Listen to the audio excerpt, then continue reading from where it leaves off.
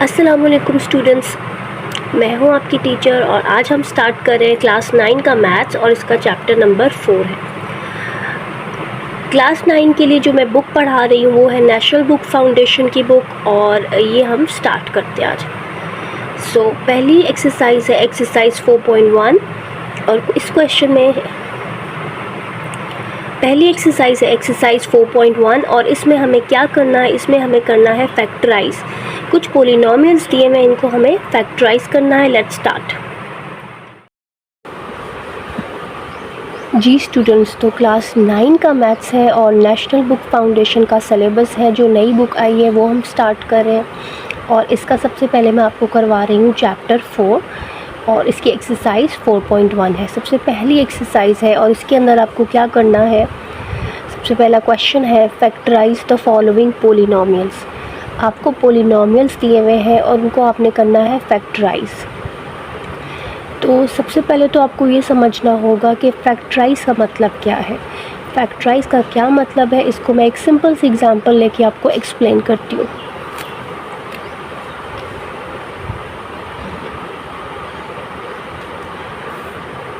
अच्छा, आपके पास एक नंबर है सपोज़ 21, ठीक है।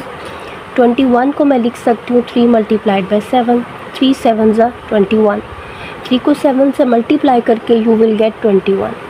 3 और 7 मल्टीप्लाई होने के बाद 21 को बनाते हैं, तो इसका मतलब ये है कि 3 और 7 जो है वो 21 के फैक्टर्स हैं, ठीक है। यानी ये दोनों जो है वो मिल के 21 को बनाते हैं और क्या करते हैं आपस में, मल्टीप्लाई। इसका मतलब है फैक्टर्स जो होते हैं जब वो मल्टीप्लाई करते हैं या मल्टीप्लाई होते हैं तो एक बड़ी चीज़ हमारे पास आती है। जैसे कि यहाँ पे एक बड़ा नंबर आया, तो 3 और 7 21 के फैक्टर्स हैं। तो यहाँ पे भी हमें यही करना है, हमें एक पोलिनोमियल गिवन है और उसको हमें फैक्टराइज करना है। यानी वो छोटे फैक्टर्स मालूम करने हैं जो कि मल्टीप्लाई होने के बाद हमारे पास ये एक बड़ा पोलिनोमियल आ गया है, ठीक है। ये पोलिनोमियल किसी छोटे फैक्टर्स का, कुछ छोटे फैक्टर्स का प्रोडक्ट है। वो छोटे फैक्टर्स हमें फाइंड आउट करने हैं। So let's start. जी स्टूडेंट्स, सबसे पहला जो पोलिनोमियल या एक्सप्रेशन हमारे पास दिया हुआ है वो है 2x square y cube minus 6x square y square plus 2xy cube.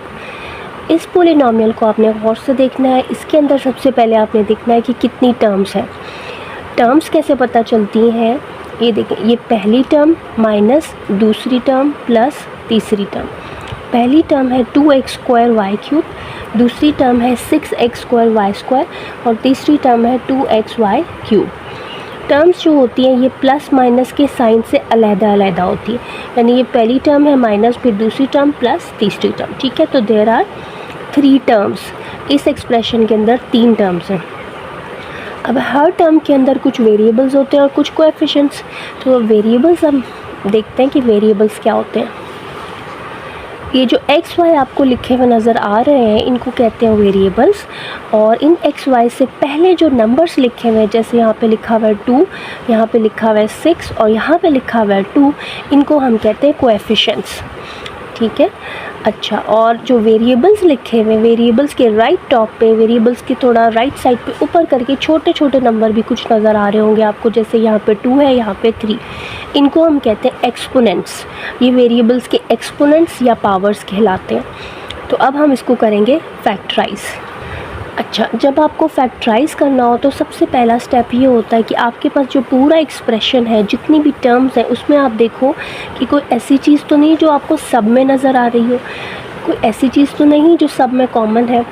तो इसमें हम देखते हैं कि इन सब टर्म्स में हमें कुछ कॉमन तो नहीं मिल रहा। तो उसके लिए सबसे पहले आपने क्या करना है, ये जो कोएफिशिएंट्स हैं सबसे पहले इनके फैक्टर्स फाइंड कर लें।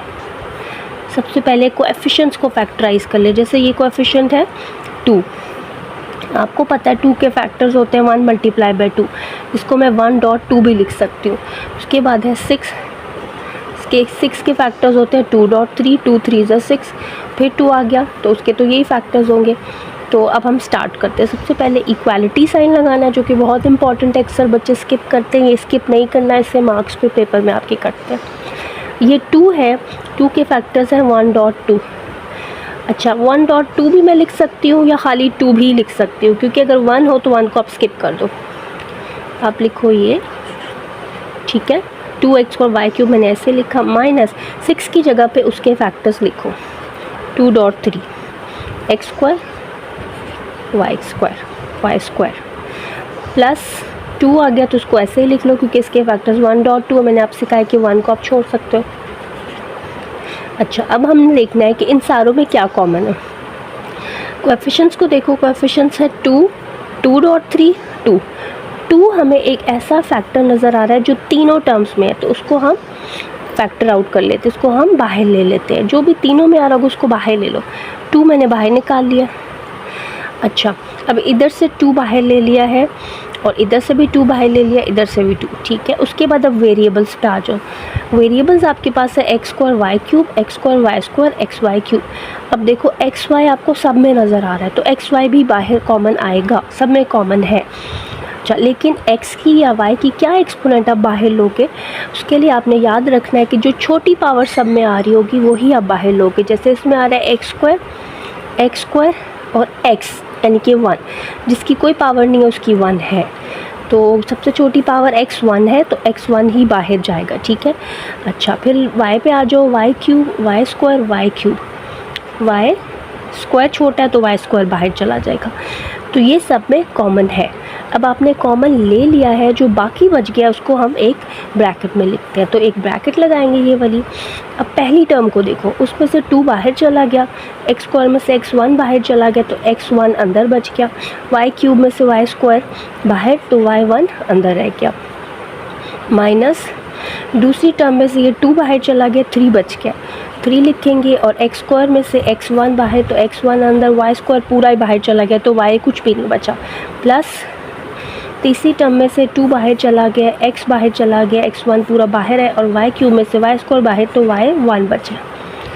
अच्छा, अब ब्रैकेट यहाँ पे मैंने क्लोज कर दी, तो आपके पास ये बच गया। अब ये जो 1 मैंने लिखे हैं इनको बेशक आप ना लिखो, तो ये आ जाएगा 2x y square x y minus 3x plus y. तो अब ये देखो, ये वो 2 फैक्टर्स हैं जिनको मल्टीप्लाई करके ये पॉलिनॉमियल बना हुआ था, जैसे कि 3 और 7 को मल्टीप्लाई करके ये नंबर बना था। तो ये दोनों फैक्टर्स हमने फाइंड कर लिए। तो ये जो पूरा मेथड होता है जिसमें हम फैक्टर्स फाइंड करते हैं, इसको कहते हैं फैक्टराइजेशन। तो हमने फैक्टराइज कर लिया, so this is the answer.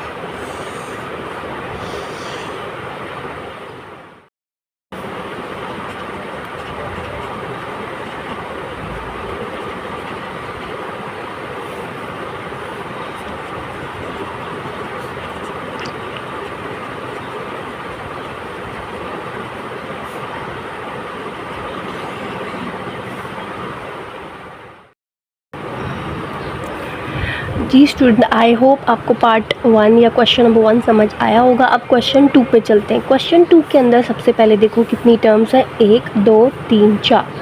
पहली टर्म माइनस दूसरी टर्म माइनस तीसरी टर्म प्लस चौथी टर्म, देयर आर 4 टर्म्स, ठीक है। 4 आपके पास टर्म्स हैं। अब ये मैंने आपको ये कहा है कि जब फैक्टराइज का सवाल आता है तो सबसे पहले देखो कि सब टर्म्स में आपके पास कुछ कॉमन तो नहीं नज़र आ रहा, यानी कि एक जैसा तो नहीं है। तो इसमें एक जैसा नज़र आ रहा है ये 3, ये जो कोएफिशिएंट लिखा है ये सभी टर्म्स के अंदर आ रहा है, ठीक है। तो ये 3 हम बाहर ले लेंगे। अब वेरिएबल्स को देखा जाए तो इसमें x है, इसमें x है, इसमें y है, इसमें y, तो वेरिएबल्स तो सारे डिफरेंट ही हैं। और यहाँ पे n भी नज़र आ रहा है, तो n भी कोएफिशिएंट ही है। 3n जो है वो इसका कोएफिशिएंट है, इसका 3 कोएफिशिएंट है, इसका 3n कोएफिशिएंट है, इसका 3 कोएफिशिएंट है। लेकिन n भी सारों में नहीं आ रहा है, इसलिए n बाहर नहीं जाएगा। जो सारों में आ रहा है पहले वो बाहर जाएगा। तो 3 हमें सब में नज़र आ रहा है, तो 3 सब में बाहर चला जाएगी। देखो 3 3 3 3, इसको कॉमन ले लो। अब जो बाकी बचता है वो आपने ब्रैकेट्स में लिखना है। तो इस 3nx में से जब 3 बाहर चला गया तो आपके पास nx रह गया, माइनस इसमें से 3 बाहर गया x बचा, माइनस यहाँ से ny बच गया और यहाँ से y बच गया। अब जब आप वापस मल्टीप्लाई करो तो आपके पास यही आएगा 3nx 3x 3ny और 3y। अच्छा, अब देखो 3 तो हमने बाहर ले लिया, अब अंदर जो टर्म्स है इनमें चारों में तो कुछ और कॉमन नहीं है, तो हम क्या करेंगे, अगर 4 टर्म्स आपके पास आती हैं, 4 टर्म्स का सवाल आता है, तो आप पेयरिंग का कॉन्सेप्ट यूज़ करके फैक्टराइज कर सकते हो। ठीक है, वी विल मेक पेयर्स बना लो, 2 टर्म्स को ले लो। 3 ऐसे लिखा है। अच्छा, अब देखो ये वाली, इन दोनों का मैं एक पेयर बना लेती हूँ और इन दोनों का, इसलिए कि इनमें मुझे x कॉमन लग रहा है और इनमें y कॉमन लग रहा है। अब ये वाली एक ब्रैकेट लगाओ, स्क्वायर ब्रैकेट, इन दोनों में x कॉमन है तो इन दोनों में x को कॉमन कर लो। x जो बाहर निकाल लिया तो जो अंदर बचेगा वो हम ब्रैकेट्स में लिखेंगे, you will write it with in brackets. तो nx में से जब x बाहर चला गया तो अंदर आ गया n माइनस, ये x बाहर चला गया है तो यहाँ तो कुछ भी नहीं बचा। जब कुछ भी नहीं बचता तो आपने 1 लिखना होता है, इसलिए कि जब दोबारा वापस मल्टीप्लाई करो तो ये वापस आना चाहिए। जैसे x को n से करोगे तो nx, माइनस x को 1 से करोगे तो x आएगा। ठीक है, आगे है माइनस, इस ब्रैकेट में या यहाँ इन दोनों टर्म्स में या इस पेयर में y कॉमन है, y को कॉमन करो तो ब्रैकेट लगाओ, यहाँ से बचेगा n। अब जब आपने बाहर माइनस लिखा होगा ना, माइनस कॉमन किया होगा, तो ये जो साइन होगा ब्रैकेट के अंदर ये चेंज कर देना, इसको माइनस कर देना। अगर प्लस है तो माइनस हो जाएगा, अगर इधर माइनस होता तो प्लस हो जाएगा, सिर्फ उस केस में जब यहाँ माइनस नज़र आ रहा होगा आपको। तो y आगे था, y हमने बाहर कॉमन कर लिया, अंदर कुछ नहीं बचा तो हम लिखेंगे 1, ताकि जब y दोबारा मल्टीप्लाई हो तो ये ऊपर वाला आपके पास आ जाए, और ये वाली ब्रैकेट कर देंगे क्लोज। अब देखें 3 को वैसे ही लिखेंगे। अब हमारे पास ये 2 टर्म्स है, एक ये वाली माइनस और एक ये वाली, इन दोनों में आपके पास n-1 और n-1 कॉमन नज़र आ रहा है, तो ये कॉमन ले लो। ठीक है, n-1 मैंने कॉमन ले लिया। अब इस पूरे एक्सप्रेशन में ये n-1 कॉमन ले लिया तो अंदर क्या बचा, x, और माइनस इस पूरे में से n-1 बाहर चला गया तो y बच गया। ठीक है, अब ये वाली ब्रैकेट लिखने की ज़रूरत नहीं है क्योंकि हमारा जो क्वेश्चन है वो पूरा फैक्टराइज हो गया। ये देखो फैक्टर्स आगे सब मल्टीप्लाई हो रहे हैं, तो हम लिख लेंगे 3, पहला फैक्टर आया, दूसरा फैक्टर n-1 और तीसरा फैक्टर आया x माइनस y। तो ये आपकी कंप्लीट फैक्टराइजेशन है क्वेश्चन नंबर 2 की। इसको मल्टीप्लाई करके भी आप चेक कर सकते हो, इन तीनों को आपस में मल्टीप्लाई करो तो you will get this back, आपके पास यही आना चाहिए। अगर आप चेक करना चाहते हो तो इसको मल्टीप्लाई करो तो आपके पास ये आ जाएगा, अगर आपका क्वेश्चन ठीक है। अगर ये नहीं आ रहा तो फैक्टर्स में कोई मिस्टेक हो सकती है। अच्छा स्टूडेंट्स, अब हमारे पास है क्वेश्चन नंबर 3। क्वेश्चन नंबर 3 के अंदर जो पोलिनोमियल गिवन है वो है 18x4 plus 108x² y² plus 162y4। अब टर्म्स कितनी है, 3, पहली टर्म प्लस दूसरी टर्म प्लस तीसरी टर्म। ठीक है, आपके पास 3 टर्म्स हैं।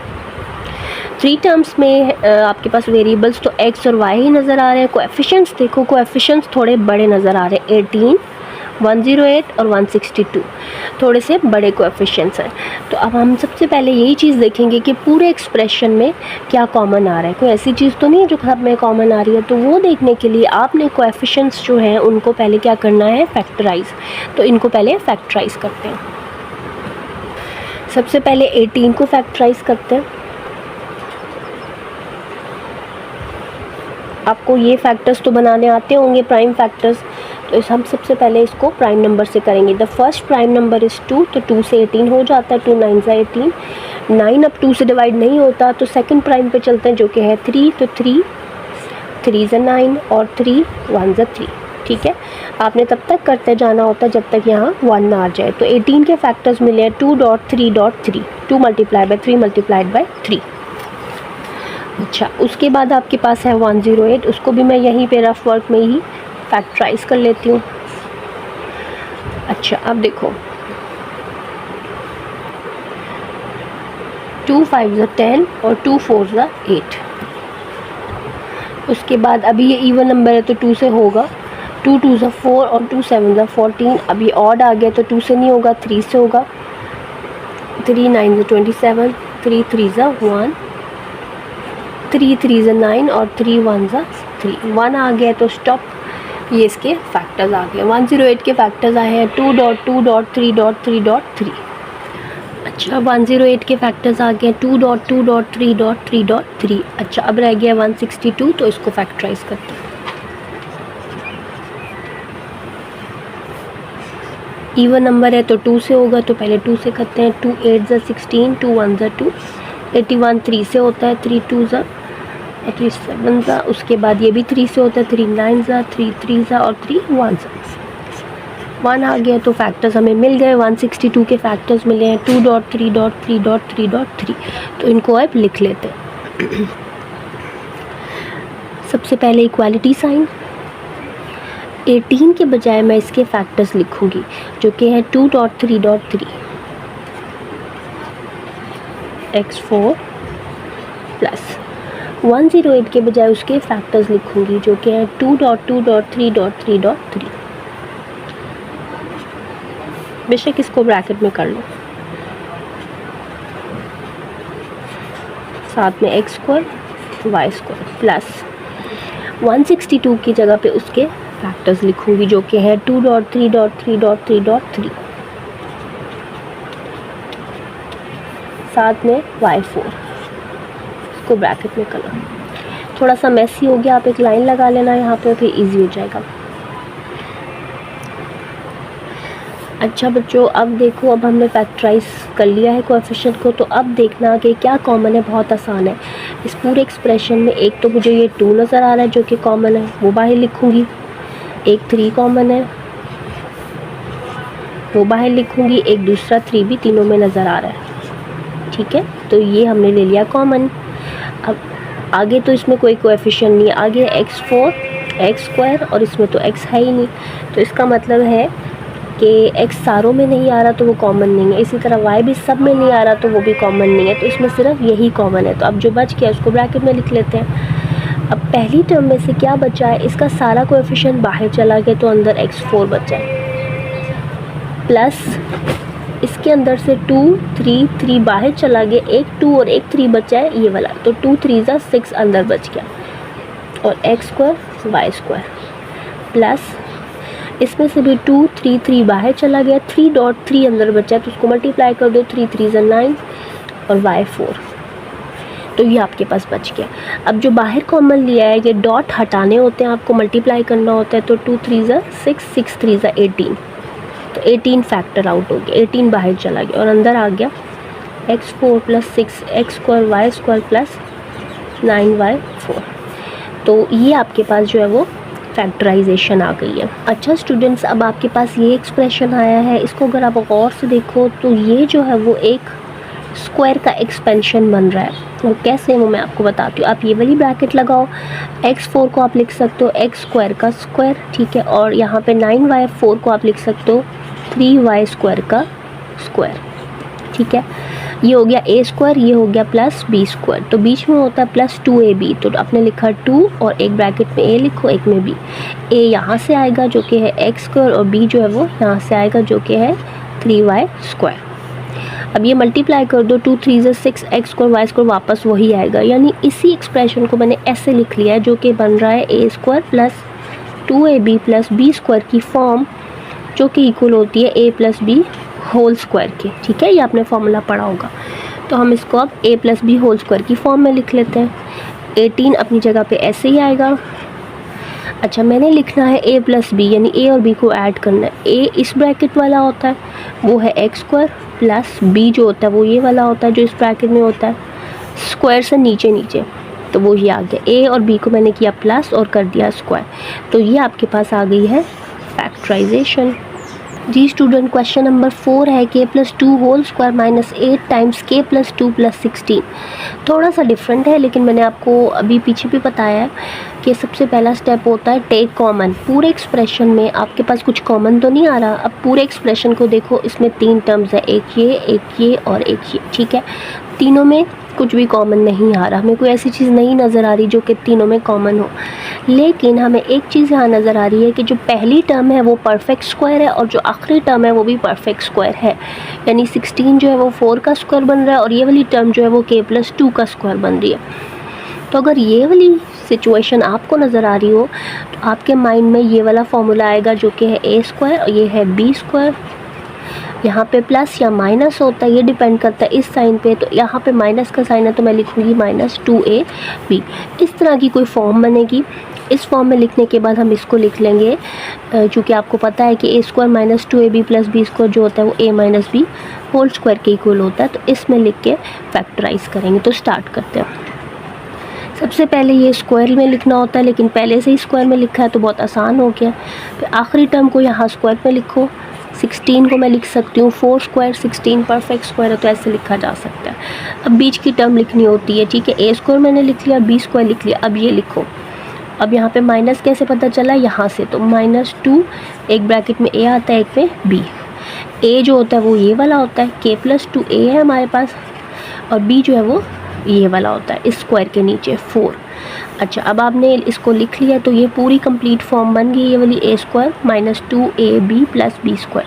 तो this is all equal to a - b whole square. तो इसको हम सॉल्व करते हैं, यानी a और b को आपने अब करना है माइनस। a आपके पास k + 2 है, ये लिखा a माइनस, और b जो है वो ये वाला है, a इस स्क्वायर के नीचे और b इस स्क्वायर के नीचे, इनको किया माइनस और कर दिया square, a - b whole square. अच्छा, अब इसको सॉल्व कर लो। अब इसमें +2 - 4 सॉल्व होते हैं, तो k - 2 होल स्क्वायर। तो ये इसके फैक्टर्स आ गए। इस एक्सप्रेशन के ये फैक्टर्स हैं। k - 2 होल स्क्वायर का मतलब है कि k - 2 जो है वो k - 2 के साथ ही मल्टीप्लाई हो रहा है, इसको मल्टीप्लाई करके ये आ जाता है। सो this is the answer. Students, अब हमारे पास क्वेश्चन 5 है। 9x² + 4 - 169y² - 12x। इस पूरे एक्सप्रेशन के अंदर आपके पास क्या है, 4 टर्म्स हैं, ठीक है। तो सबसे पहला स्टेप क्या होता है, चारों में देखो कुछ कॉमन तो नहीं आ रहा। चारों में तो हमें कुछ कॉमन नहीं आ रहा, सबके कोएफिशिएंट्स भी डिफरेंट है। अगर चारों में भी कुछ कॉमन नहीं आ रहा तो कोई और स्ट्रैटेजी लगानी पड़ती है, पेयरिंग करके कर सकते हैं। जैसे पहले दो को देखो, इन दो को देखो, पहले दो में भी कुछ कॉमन नहीं, इन दो में भी कुछ कॉमन नहीं। अब एक चीज़ हमें यहाँ नज़र आ रही है कि यहाँ पे स्क्वायर नंबर्स आ रहे हैं, एक ये स्क्वायर है, एक ये स्क्वायर है। ये स्क्वायर है पॉजिटिव, ये स्क्वायर है नेगेटिव, इससे पहले माइनस का साइन है। सबसे पहला काम आप ये करोगे कि जो नेगेटिव स्क्वायर है, यानी ऐसा स्क्वायर जिससे पहले माइनस साइन है, उसको एंड पे रख लो।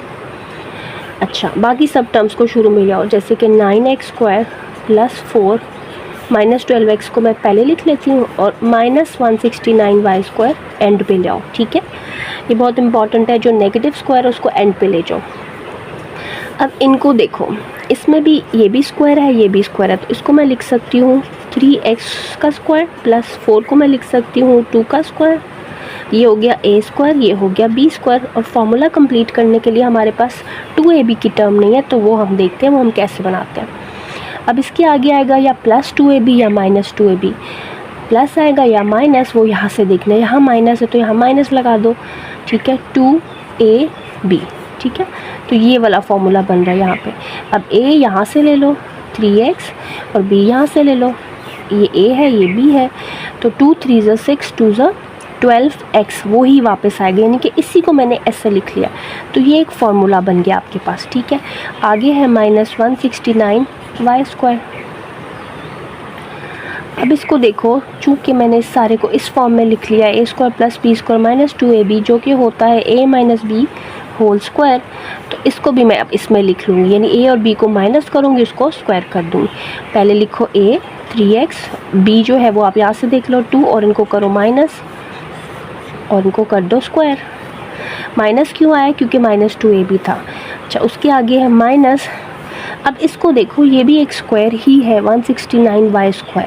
169 स्क्वायर होता है 13 का, और y जो होता है y² जो है उसका स्क्वायर रूट आ जाएगा y। तो 13y को मैं अगर होल स्क्वायर लिख दूँ तो ये वापस यही देगा। इस पूरे का मैंने स्क्वायर रूट अंदर लिखा और बाहर स्क्वायर कर दिया, क्योंकि ये इसी के इक्वल आ जाएगा। अब गौर से देखें, ये एक स्क्वायर है माइनस ये भी स्क्वायर है, दो स्क्वायर्स माइनस हो रहे हैं, यानी कि ये वो हो रहा है a² - b²। अगर ऐसा हो तो इसका फॉर्मूला क्या होता है, a + b × a - b। दो स्क्वायर्स जब माइनस होते हैं तो उसके फैक्टर्स ये होते हैं, a² - b² = a + b × a - b। तो अब हम यहाँ पे a और b को एक दफ़ा प्लस करेंगे और एक दफ़ा माइनस। अब a आपके पास ये सारा है, और b जो है वो ये है। तो a लिखो 3x - 2, ये a प्लस b जो कि है 13y एक ब्रैकेट में, और फिर लिखो a माइनस b जो कि है 13y। ठीक है, ये a ये b इन दोनों को एक दफ़ा प्लस करो, एक दफ़ा दोनों को माइनस करो, तो आपका आंसर आ जाएगा। थोड़ा सा अरेंज कर लो, 3x plus 13y minus 2।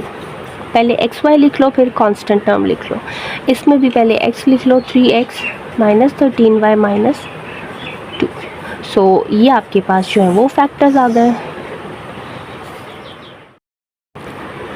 Students, अब हमारे पास क्वेश्चन नंबर 6 है और इसके अंदर लिखा हुआ है x square minus 1 multiplied by y plus 1 minus y plus 3 multiplied by x square minus 1। अब इसके अंदर सबसे पहले देखो टर्म्स कितनी हैं। टर्म्स इसमें दो हैं, एक पूरी ये टर्म है और माइनस फिर ये है। अब इन दो टर्म्स को देखो ये आपस में मल्टीप्लाई हो रहे हैं। ठीक है, तो पहला स्टेप फैक्टराइजेशन का क्या होता है, टेक कॉमन।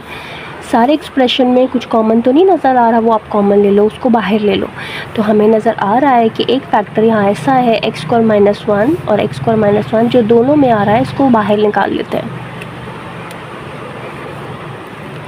सबसे पहले इक्वालिटी साइन लगाएं, एक्स स्क्वायर माइनस 1 बाहर ले लिया मैंने। ठीक है, अब अंदर जो बचेगा वो इस ब्रैकेट में लिख लें, इसलिए कि पहले से भी ये ब्रैकेट्स हमें नज़र आ रही हैं, तो इसलिए हम ये वाली ब्रैकेट यूज़ करेंगे। अच्छा, इस पूरी टर्म में से ये फैक्टर बाहर चला गया, अंदर ये बच गया, इसको आप ब्रैकेट में ही पहले लिखो, माइनस ये बाहर चला गया तो y प्लस 3 बच गया।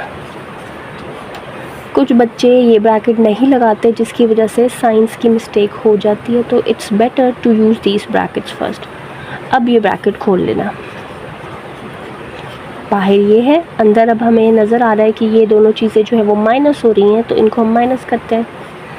अब ब्रैकेट खोलो अंदर ये छोटी वाली, ठीक है, ये वाली ये खोल दो, माइनस। अब आपको पता है माइनस के बाद जो ब्रैकेट खुलती है उसके अंदर के साइन चेंज होते हैं, तो ये प्लस जो है वो माइनस हो जाएगा, y माइनस 3 हो जाएगा। अब ये है प्लस y, ये है माइनस y, तो ये कैंसिल आउट हो जाएगा, plus y minus y cut जाएगा, बचेगा plus 1 minus 3, plus minus minus, ये माइनस होंगे, 3 में से 1 माइनस करोगे तो 2। बाहर है एक्स स्क्वायर माइनस 1 और इस ब्रैकेट के अंदर आया है माइनस 2। अब इस माइनस 2 को शुरू में ले आओ, क्योंकि ये एक कोएफिशिएंट के तौर पे इसके साथ लिखा जाएगा। ठीक है, तो आपका ये आंसर आ गया। इसको आप मज़ीद भी सिंप्लीफाई कर सकते हो इस तरह से, एक ये ब्रैकेट लगाओ, देखो ये स्क्वायर है और 1 भी एज अ स्क्वायर लिखा जा सकता है। ठीक है, अगर ये दोनों स्क्वायर में लिखे हो, बीच में माइनस हो, तो आपके पास ये वाली फॉर्म बन रही है A square minus B square, जो कि होता है A plus B multiplied by A minus B. ये फॉर्मूला आपने पढ़ा होगा कि अगर ये एक्सप्रेशन आए तो उसके ये दो फैक्टर्स होते हैं, तो हमारे पास यही एक्सप्रेशन आ रहा है, दो स्क्वायर्स माइनस हो रहे हैं। ठीक है, तो दो स्क्वायर जब माइनस हो रहे होते हैं तो इसके आगे से दो फैक्टर्स बनते हैं। वो क्या बनते हैं कि ये जो a और b जो स्क्वायर के नीचे लिखे हुए हैं, इसको इस स्क्वायर के नीचे जो लिखा होगा वो a है और जो इसके नीचे लिखा वो b है, यानी a आपके पास x है और b 1। इनको एक दफ़ा प्लस कर देना, a प्लस b, और एक दफ़ा माइनस, तो x प्लस 1 x माइनस 1। तो ये आपके पास 3 फैक्टर्स आ गए इसके। स्टूडेंट्स, अब क्वेश्चन नंबर 7 है। क्वेश्चन नंबर 7 में 4 टर्म्स हैं, x square minus 6ax plus 9a square minus 16b square. अब सारों में तो कुछ कॉमन नहीं है। ठीक है, पेयरिंग करके भी अगर हम देखें तो कुछ ख़ास कॉमन नहीं नज़र आ रहा। इसमें एक चीज़ सबसे पहले आप नोट करना कि आपके पास ये भी स्क्वायर है, ये भी स्क्वायर है, ये भी स्क्वायर, तो स्क्वायर का ही कुछ फॉर्मूला यूज़ होगा। सबसे पहले मैंने आपको बताया है कि ऐसा स्क्वायर जिससे पहले माइनस का साइन है उसको तो एंड पे ले जाओ, तो इसलिए इनको ऐसे लिखते हैं, 6ax प्लस 9a स्क्वायर। ठीक है, इनको अलग ही कर लो, माइनस 16b स्क्वायर, इसको एंड पे रखो, जो माइनस जिससे पहले माइनस आ रहा है। इसके ऊपर आप फॉर्मूला कंप्लीट करो। अब आपको पता है इस एक्स स्क्वायर को मैं लिख सकती हूँ ऐसे,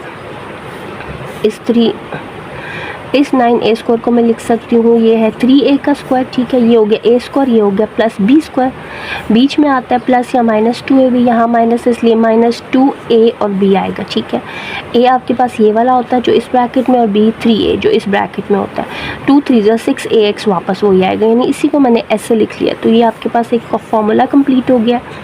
और आगे है -16b²। ये आपके पास क्या आ गया है, a² minus 2ab plus b², जो कि होता है a minus b whole square. ठीक है, माइनस इससे पता चलता है, अगर यहाँ पे प्लस होता तो यहाँ भी प्लस। तो इस सारे को अब हम a minus b whole square में लिख लेंगे। a और b को माइनस करो, a ये होता है, b ये होता है, और बीच में साइन आ गया माइनस, इनको कर दो square, a minus b whole square हो गया माइनस 16b²। अब ये एक स्क्वायर आ गया और माइनस के बाद भी एक स्क्वायर ही लिखा है, उसको भी एज अ स्क्वायर लिखो, x माइनस 3a² माइनस, इसको अगर एज अ स्क्वायर लिखना है तो उसका स्क्वायर रूट लिखो, 16 का स्क्वायर रूट 4, b² का स्क्वायर रूट b, और इसको स्क्वायर कर दो। अब देखो ये बी स्क्वायर माइनस ये बी स्क्वायर, अगर माइनस हो बीच में और दोनों स्क्वायर हो तो कौन सा फॉर्मूला यूज़ करना है, a² माइनस b², जो कि होता है a plus B multiplied by a minus b. तो आपने ये तो लिख लिया a² माइनस b², अब ये लिखना है, ये इसके इक्वल होता है, यानी a और b को एक दफ़ा प्लस करो एक ब्रैकेट में और दूसरी ब्रैकेट में माइनस। तो a आपके पास ये है और b ये है, तो इनको एक दफ़ा प्लस करो, a लिखा मैंने अपना जो मेरे पास है प्लस b, ठीक है, और एक दफ़ा फिर a और माइनस b। तो ये आपके पास फैक्टर्स आ गए। स्टूडेंट्स, अब क्वेश्चन नंबर 8 है। इस क्वेश्चन के अंदर जो पोलिनोमियल दिया है इसके अंदर 4 टर्म्स हैं और चारों में कुछ भी कॉमन नज़र नहीं आ रहा, तो कोई और स्ट्रैटेजी लगाएंगे फैक्टराइज करने के लिए। हमें ये नज़र आ रहा है कि x² 2xy और y² को मिला के एक फार्मूला बन जाता है, ठीक है, लेकिन यहाँ पे साइंस माइनस है, तो इन साइंस माइनस को हमें पहले ख़त्म करना होगा। हम लिखेंगे 1 माइनस और एक ब्रैकेट लगा लेंगे। हमें पता है जब हम ब्रैकेट लगाते हैं तो अंदर के साइन चेंज होते हैं, यानी माइनस मैंने बाहर निकाल दिया है, फैक्टर आउट कर दिया, अंदर बचेगा x² प्लस, क्योंकि बाहर माइनस है तो अंदर माइनस प्लस में चेंज हो जाएगा 2xy और प्लस y²। ठीक है, माइनस बाहर ले लिया तो अंदर की साइन चेंज, इसलिए कि जब आप ब्रैकेट दोबारा खोलोगे तो -x² minus 2xy minus y² ही वापस आएगा, कोई फ़र्क नहीं पड़ता, तो इसलिए मैंने इसको ऐसे लिखा है।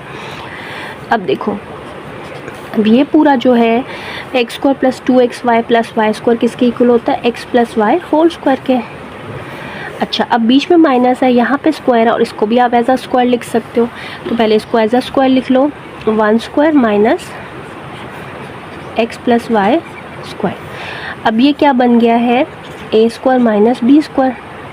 ठीक है, ये भी स्क्वायर है, ये भी स्क्वायर, दोनों माइनस हो रहे हैं, तो a² माइनस b² किसके इक्वल होता है, a plus B multiplied by a minus b. इसके ये दो फैक्टर्स होते हैं, तो ये यूज़ करेंगे हम। a इस ब्रैकेट में होता है और b इस ब्रैकेट में, इन a b को पहले हम प्लस करेंगे और एक दफ़ा माइनस करेंगे, तो पहले प्लस करते हैं, 1 plus x plus y bracket बंद, फिर 1 माइनस ये। ठीक है, अब माइनस के बाद जब आप इसको लिखोगे तो x प्लस वाई के बजाय क्या लिखा जाएगा, x माइनस वाई, ये साइन चेंज हो जाएगा इस माइनस की वजह से। तो ये आपके पास दो फैक्टर्स आ गए। I hope students you got this concept. आपको ये कॉन्सेप्ट समझ में आया है? अगर समझ में आया है and you want me to teach more, then please subscribe my channel and don't forget to like and share the video. Allah Hafiz.